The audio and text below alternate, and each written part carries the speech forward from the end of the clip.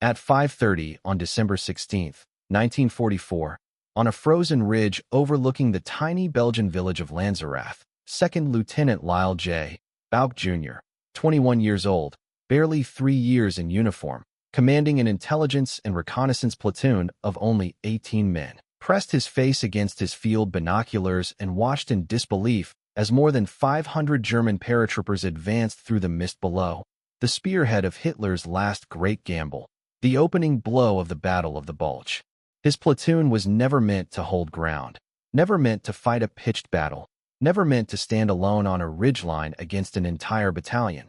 Yet within the next 12 hours these 19 and 20-year-old scouts would delay the advance of the 1st SS Panzer Division by nearly 20 hours, inflicting staggering casualties before being surrounded, overrun, and taken prisoner. How could a handful of reconnaissance soldiers, dug into shallow snow pits, cut off from command, armed with nothing more than rifles, a bar, and a radio that barely worked, stall the most feared armored formation in the German army? And what happened on that ridge that caused one of the most astonishing small unit actions of the entire war to remain forgotten for decades? By December 1944, the Western Front appeared to be collapsing in Germany's favor only in Hitler's imagination. In reality, the Wehrmacht was bleeding out, short on fuel, aircraft, and experienced officers, but the dictator believed that a single, overwhelming counteroffensive through the Ardennes could split the Allied armies, retake Antwerp, and force a negotiated peace. To accomplish this, he committed his remaining elite units, among them the 1st SS Panzer Division, Leibstandard Adolf Hitler, veteran paratroopers from the 3rd Fallschirmjäger Division, and elements of Kampfgruppe, into a surprise winter attack aimed at punching through thin American lines guarding the dense forests of eastern Belgium. The Americans stationed there were mostly green troops, spread thin across a front far too wide, and lulled by months of quiet into believing the Ardennes was a ghost sector, unlikely to see serious combat. On paper, the region around the Belgian villages of Lanzerath, Manderfeld, and Lochmergerben looked insignificant, a patchwork of snow-covered fields, pine forests, and narrow roads.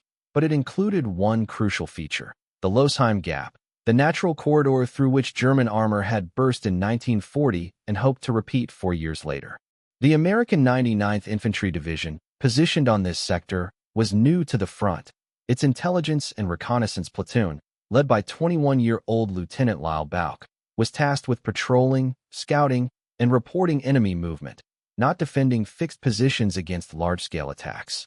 Yet in the days leading up to the German offensive, small signs of danger filtered in. Civilians whispered about increased German troop movements. Radio intercept operators picked up unusual transmissions, and American patrols reported hearing vehicles at night. Higher headquarters, however, dismissed these signals as routine winter activity, convinced the enemy lacked the strength to launch an offensive. Meanwhile, across the border, German commanders massed nearly 200,000 troops, 1,000 tanks and assault guns, and 1,600 artillery pieces, concentrating their forces in secrecy, aided by poor weather that kept Allied aircraft grounded.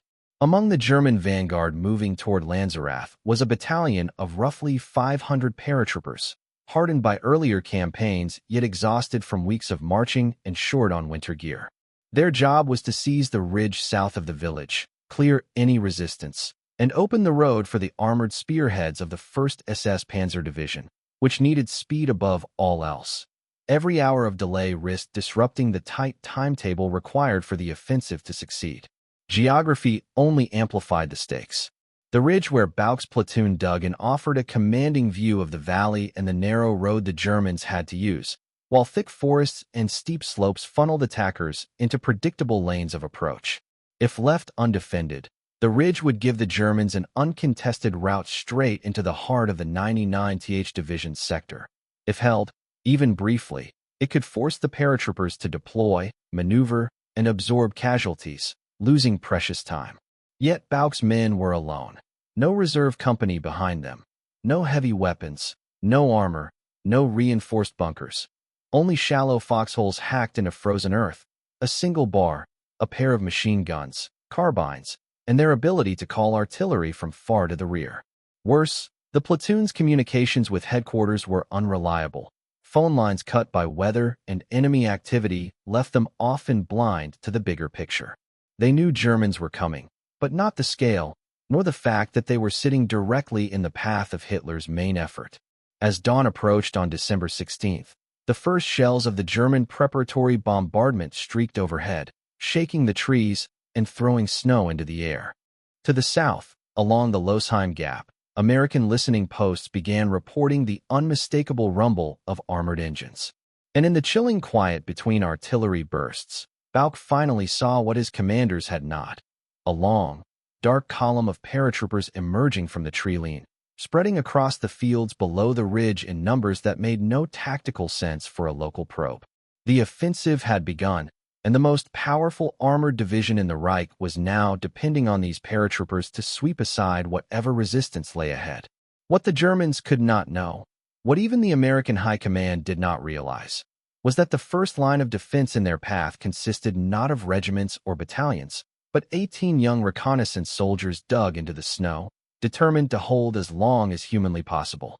The 18 men who would soon face 500 German paratroopers were not, by any conventional definition, frontline soldiers. They were members of the intelligence and reconnaissance platoon of the 394th Infantry Regiment, handpicked for their sharp eyesight, quick judgment, radio discipline, and ability to slip behind enemy lines, not for holding ground, manning trenches, or repelling massed infantry assaults. Their leader, 2nd Lieutenant Lyle J. Bauck Jr., had been only 19 when assigned to command the platoon, and had turned 21 just weeks before the German offensive. Thoughtful, quietly intense, respected more for his discipline than his rank, he was known for treating the platoon like a family, drilling them hard, demanding precise reports, and making them feel, despite their small number, like a unit capable of punching above its weight. His men were similarly young. Corporal William Tsakanikas, the machine gunner with the steady hands and dry humor, Private First Class Sam Jenkins, the wiry Southerner who could run messages through snow faster than most jeeps, Robert Bobby Lambert, barely out of high school, but already trusted as a forward scout, and Staff Sergeant Preston, Bauck's right hand, whose calm presence could steady the entire platoon whenever the forest grew too quiet. Most were 19 or 20, some with sweethearts at home, others with parents who still thought of them as boys. Many had enlisted believing their role in the war would be reconnaissance work. Dangerous, yes, but not the grinding attrition of infantry combat. Yet the seeds of their extraordinary stand had been planted weeks earlier, when Bauck, during routine patrols near the German border, began noticing signs that something larger than usual was happening across the lines. Increased foot traffic in the forests at night, unfamiliar tire tracks leading from concealed roads, and German civilians photographed hurriedly leaving farms around dusk. Each time he submitted a cautious report, higher command responded with variations of the same message. The enemy was too exhausted, too understrength, and too short on fuel to launch a major attack. Intelligence summaries insisted any German movement was defensive redeployment. The Ardennes, after all, had been quiet for months. Even when a German deserter warned American interrogators on December 14th that a large-scale offensive was imminent, the information was dismissed as unreliable. For Bauck, however, the sense of unease grew. In later interviews, he recalled lying awake in the platoon CP, staring at the lantern glow on the wooden beams and thinking, if something does come, we'll have no depth behind us. This fear proved prophetic when orders arrived to hold the Lanzerath Ridge until further notice, despite the platoon's obvious lack of fortifications. Bauck, aware the ridge could become a choke point, organized his men into 3 firing lines, arranged overlapping arcs of fire, and had them dig trenches despite the frozen ground that blunted their shovels and cracked their gloves. The work left them exhausted and half-frozen, but it gave them confidence. As Tsakanikas later said, at least we knew the ground better than whoever was coming. Their foxholes were shallow, barely enough to protect against small arms fire, but positioned with mathematical precision. The platoon's 2 machine guns placed to rake the open fields, the bar positioned to interdict movement in the tree line, riflemen staggered so that each man could cover the next if one position fell. The forward artillery observers attached to the platoon, Lieutenant Willett, Sergeant Piersma, and Private McGee were critical assets, able to call and fire missions from the 371st Field Artillery Battalion. But even they knew that artillery alone could not stop a determined assault if the enemy pushed hard. The question troubling Bauck was not whether the Germans would attack, but when and in what numbers, and whether his tiny platoon would have the time or the means to alert the regiment behind them. The answer came with devastating clarity at dawn on December 16th, when the artillery bombardment woke the platoon like a physical blow. Shells screamed overhead, exploding on the reverse slope of the ridge, shaking snow loose from the trees and filling the trenches with frozen dirt. Bauck instinctively reached for the field phone, dead. The radio sputtered, hissed, and then crackled weakly, unable to reach battalion HQ. For the first time, he grasped the full implication of their position. They were alone, blind, and cut off. Yet even then, he did not consider withdrawing. The ridge, once abandoned, would become an open highway for the enemy, and Bauck could not bring himself to leave without knowing someone else was coming to replace them. His men sensed this unspoken decision. Preston's steady voice carried across the trenches as he checked ammunition. Jenkins jogged between foxholes to ensure everyone had dry socks and extra bandages. No one talked about retreat. No one asked for orders that would not come. Their resolve was crystallized by the first sighting of the German force. As the fog lifted, Bauck looked through his binoculars and saw not a patrol, not a reconnaissance element, but a column stretching across the fields, hundreds of figures advancing in disciplined lines. Paratroopers, Fallschirmjäger, moving with the confident rhythm of experienced soldiers. For a few seconds, Bauck said nothing. Then he lowered the binoculars and whispered, "There are too many." But within that same breath, something shifted. The platoon was outnumbered almost 30-1, but the terrain favored them, and the Germans did not yet know they were facing a determined defense. Bauck and his men understood a simple, brutal truth. Every minute they held the ridge was a minute stolen from Hitler's offensive. Whether they held for 15 minutes or 15 hours, the result would ripple far beyond their position. It was in this space, between fear and duty, between youth and responsibility, that the platoon made its unspoken decision. Jenkins recalled years later, "We knew we weren't getting out of there untouched, but we also knew the whole line behind us depended on what we did." This psychological shift, from reconnaissance observers to last-ditch defenders, came not from orders, but from a shared recognition that someone had to stand on that ridge, and they were the only ones there. Even when Bauck considered sending a runner to the rear, the bombardment and German patrols made the route impossible. The only messages that would reach Battalion HQ were those sent by the bodies of German soldiers piling in the snow. The ingredients of the coming battle were now set. A numerically insignificant platoon with perfect fields of fire, a massive enemy force unaware of the trap they were walking into, and an operational plan from Berlin that depended entirely on speed. Bauck's men were anxious but not panicked, afraid but not broken. They had one advantage invisible on any map. They believed they could buy time, and they were prepared to pay for it. As they loaded their rifles, checked their foxholes, and waited for the paratroopers to step into range, another question hovered in the cold air, one that none of them dared voice aloud. When the storm finally broke, how long could 18 young men really stop 500?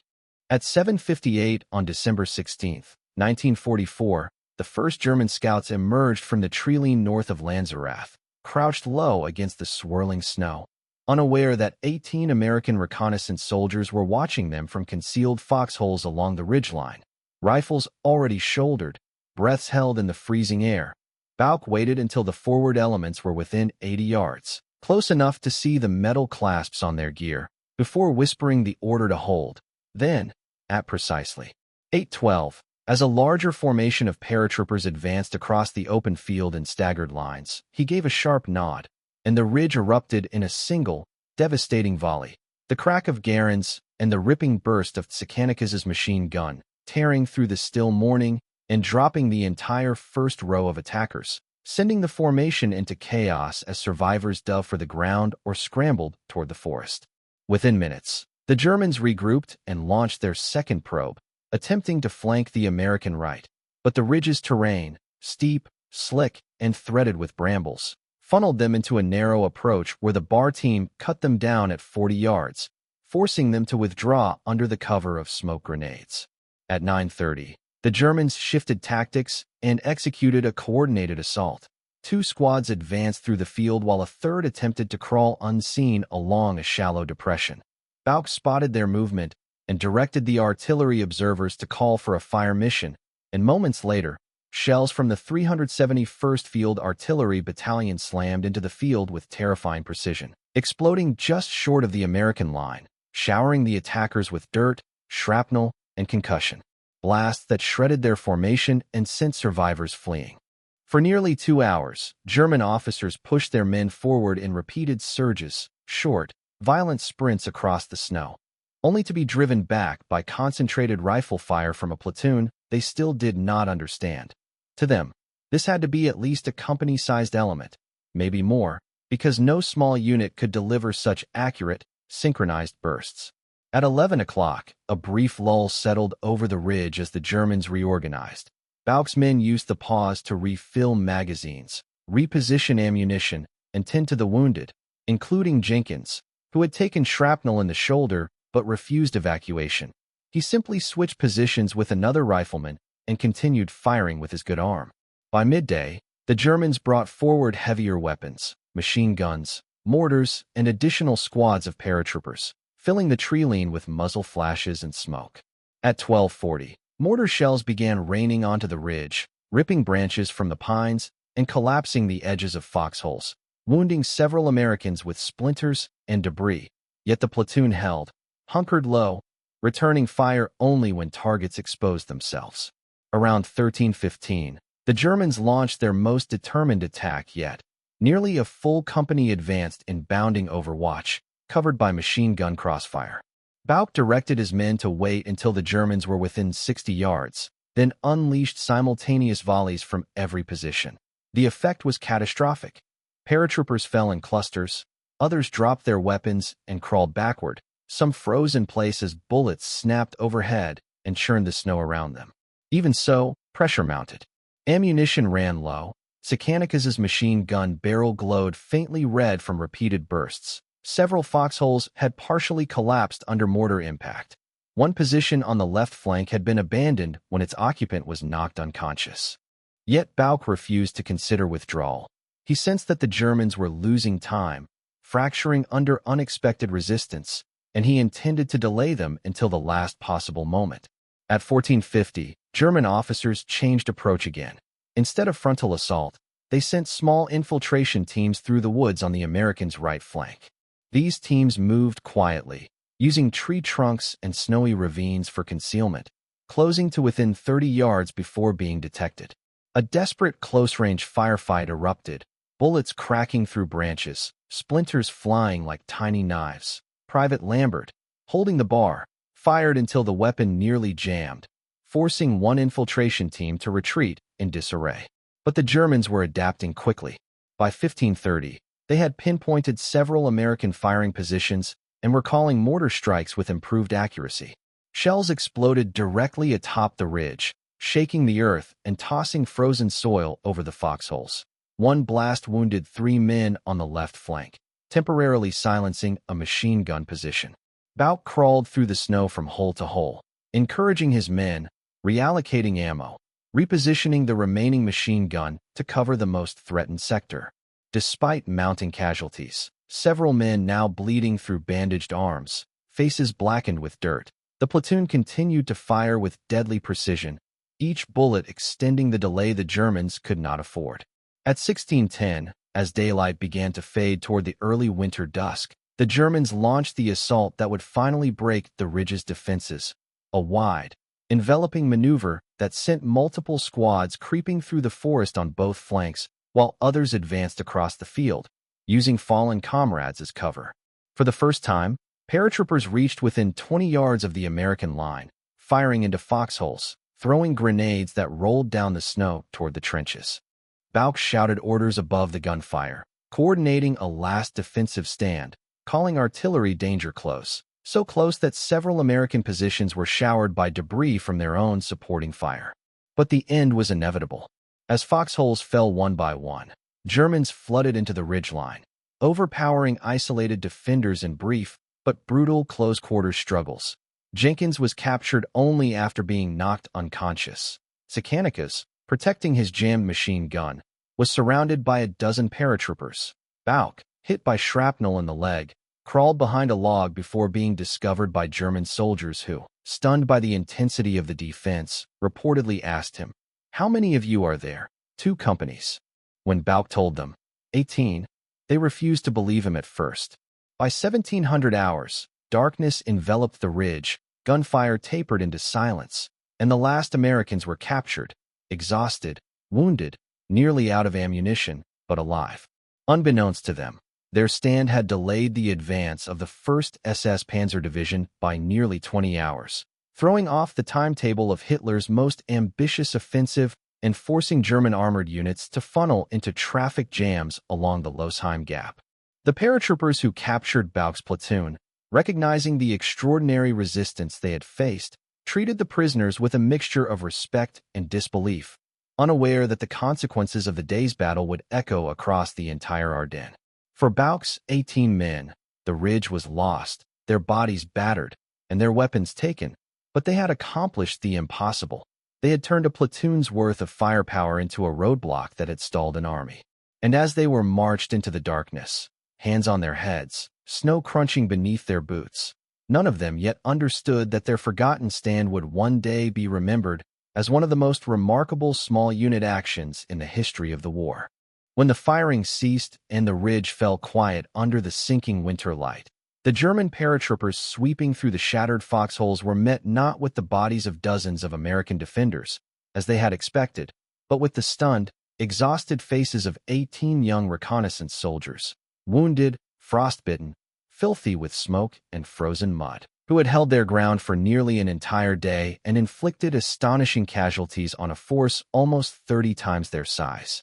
As the prisoners were marched away toward the rear, some Germans reportedly paused to look back at the ridge, shaking their heads in disbelief that such a small unit had caused such profound delay. For the paratroopers themselves, the day had been a grueling, demoralizing affair, and the unexpected resistance contributed to the mounting frustration of German commanders who urgently needed the advance to stay on schedule. Down the road, the impact of the ridge fight rippled outward. Columns of the 1st SS Panzer Division, expected to break through rapidly, found themselves mired in traffic jams, slowed by the need to reroute units, clear bottlenecks, and recover from the hours lost at Lanzerath. These delays compounded through the night, contributing to the broader failure of Hitler's timetable and reducing the momentum essential to the Ardennes offensive. Meanwhile, for Bauck and his men, the battle's aftermath unfolded in a haze of pain and disorientation as they were processed as prisoners of war, questioned by German officers still convinced they had fought an entire company rather than a single platoon. Several Americans later recalled hearing German soldiers argue over the number of defenders, unable to reconcile the scale of the resistance with the handful of captured men in front of them. As the weeks passed and the tide of the Ardennes shifted decisively in favor of the Allies, Bauck's platoon endured the grim monotony of captivity until they were eventually liberated, battered but alive. Yet their extraordinary stand, arguably one of the most tactically significant small unit actions of the war, did not appear in the official reports of the 394th Infantry Regiment or the 99th Division. The chaos of the breakthrough, the loss of communication, and the subsequent capture of the platoon meant that no one in higher command fully understood what had happened on the ridge. In the immediate aftermath of the war, the platoon simply returned home as anonymous veterans, carrying with them memories that few believed and even fewer documented.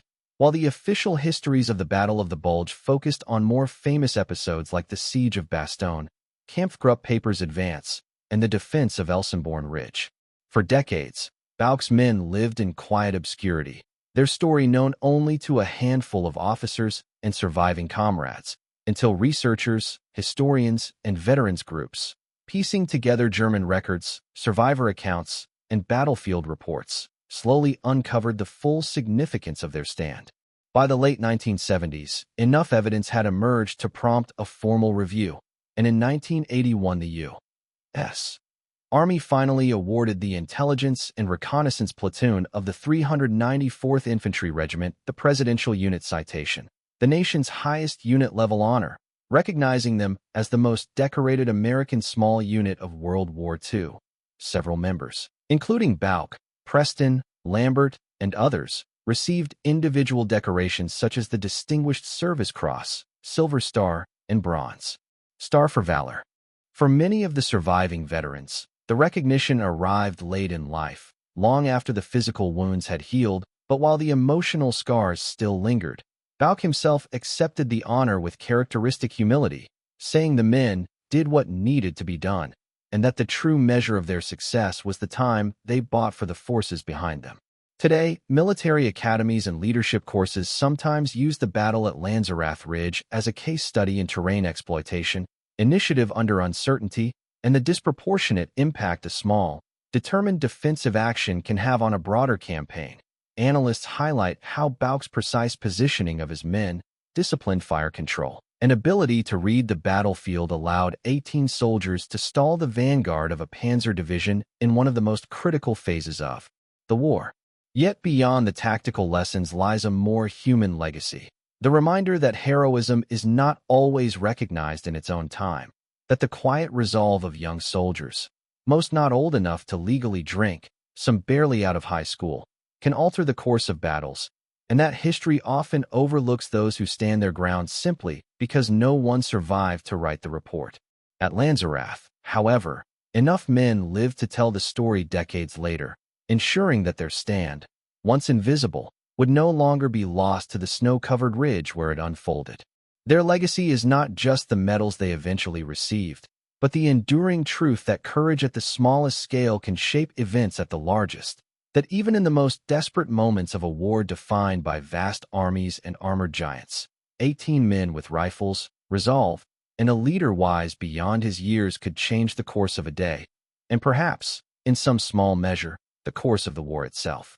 In the fading light of that frozen December evening, as 18 exhausted young Americans were marched away from the ridge they had defended with every round, every heartbeat, and every ounce of strength they possessed, the snow settled quietly over the shallow foxholes that had become their improbable fortress, and the world moved on unaware that a single platoon had changed the tempo of Hitler's last offensive. Their rifles were silent, their positions abandoned, yet the imprint of their courage echoed far beyond Lanzerath, a reminder that war is often shaped not by sweeping maneuvers or towering generals, but by ordinary soldiers placed in impossible circumstances who choose to stand their ground anyway. When we look back on the ridge, on the 19- and 20-year-olds who faced 500 trained paratroopers and held for nearly an entire day, we are confronted with a question larger than tactics or history. What compels individuals, outnumbered and unseen, to resist so fiercely when no one is watching, when no recognition awaits, when survival seems improbable? Perhaps the answer lies not in strategy but in the quiet, stubborn belief that their stand mattered, that the lives behind them depended on every minute they could steal from the enemy. And so their legacy endures, not as a forgotten footnote, but as a testament to duty carried out in the cold, to bravery unrecorded until decades later, and to the extraordinary impact of those who refused to break.